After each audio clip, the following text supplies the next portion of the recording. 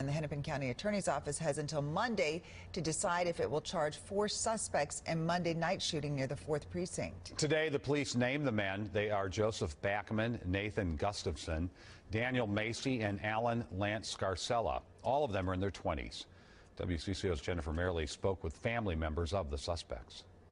I absolutely know that he was not involved in the shooting. Dave Backman spoke with his son, Joe Backman, tonight in jail. He's a really a very curious guy. Poli-sci major, these kinds of social, political kinds of things really interest him. And he was there to observe. He says his son is an Eagle Scout who is interested in target shooting and was raised right. Doesn't have a racist bone in his body. He's a very kind person.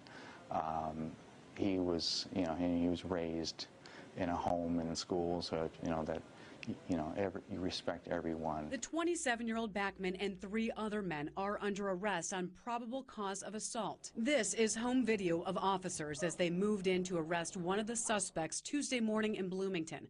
Lance Scarsella rents a room at the home. Another video shows a man coming out of the house with his hands up. WCCO has learned officers executed a search warrant at the Bloomington home. They took cell phones and computers, among other items. Demonstrators say men fired into a crowd near the 4th Police Precinct in North Minneapolis Monday night. Bullets hit 5 protesters who had to go to the hospital.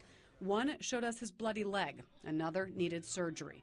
We've learned 21-year-old Nathan Gustavsson is enrolled in the gunsmithing and firearms technology program at Pine Technical and Community College.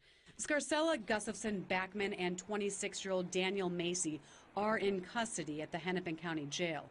The county attorney said Minneapolis police and federal investigators are working on obtaining evidence against the suspects.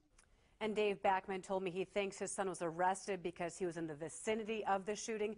He says he's sorry and his son is sorry for the pain of the victims and their families, and that Joe is more concerned with how the victims are doing than his own situation, Frank.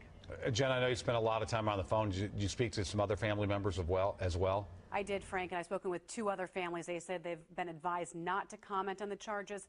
Scarsella's dad told me he first wants to talk to his son before he talks to us, and tonight that hasn't happened yet. All right. All right. Thanks, Jennifer.